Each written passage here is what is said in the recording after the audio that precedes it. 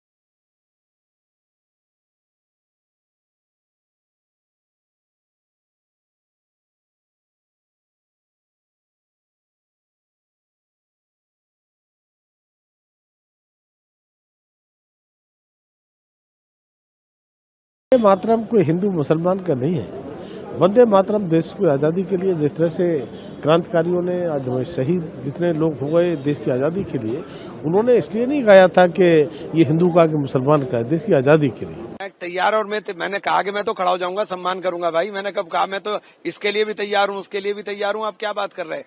लेकिन जहां तक राष्ट्रगीत वंदे मातरम के विरोधियों पर यूपी के सीएम योगी आदित्यनाथ खूब भड़के। उन्होंने ऐसे नेताओं पर करारा वार किया जो हिंदुस्तान में रहकर वंदे मातरम का विरोध करने की जुर्रत करते हैं। बाबर की कब्र में सजदा की इसका समर्थन करते हैं और वंदे मातरम का विरोध करते हैं। माफियाओं की कब्र में फतिया पढ़ने के लिए जाते हैं। करते हैं, कर रहे हैं। आपकी पार्टी के नेता सब बोल रहे हैं। संसद में भी देखो ना, सभी नेता बोल रहे हैं, कांग्रेस के भी और सपा के भी बोल रहे हैं। कह रहे हैं कि वंदे मातरम नहीं गाएंगे, हिंदुस्तान का खाएंगे। आपकी पार्टी के नेताओं ने कहा है, आपकी पार्टी के नेताओं ने कहा कि वंदे मातरम नहीं गाएंगे। हाँ, समाजवादी पार्टी के भी एक सांसद ने कहा है और कांग्रेस के भी एक सांसद ने कहा है।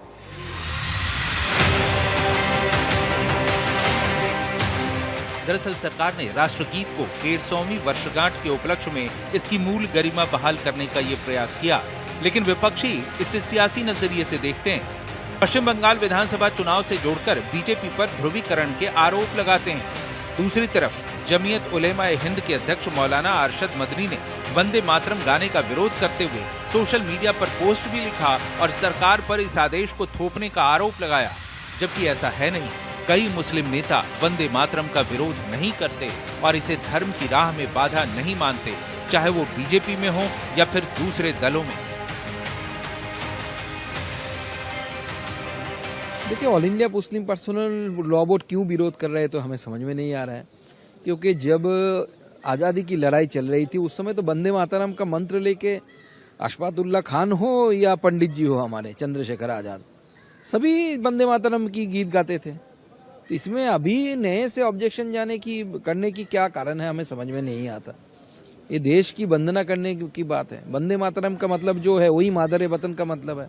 वंदे मातरम कहने में कोई आपत्ति नहीं होनी चाहिए, क्योंकि हम हिंदुस्तानी हैं, तो हम लोगों का फर्ज बनता है कि हम लोग राष्ट्रगान गा सकते हैं। और हम लोग अपना, क्योंकि हम हिंदुस्तानी हैं, कोई मजहब से नहीं जुड़े हैं, पहले हम संविधान के साथ हैं, तो हम संविधान को मानने वाले हैं। मज़हब सबका अपना अपना, सब अपने मज़हब का सम्मान करते हैं, पर राष्ट्रगान गाने में कोई दिक्कत नहीं है। और मैं शान से कहती हूँ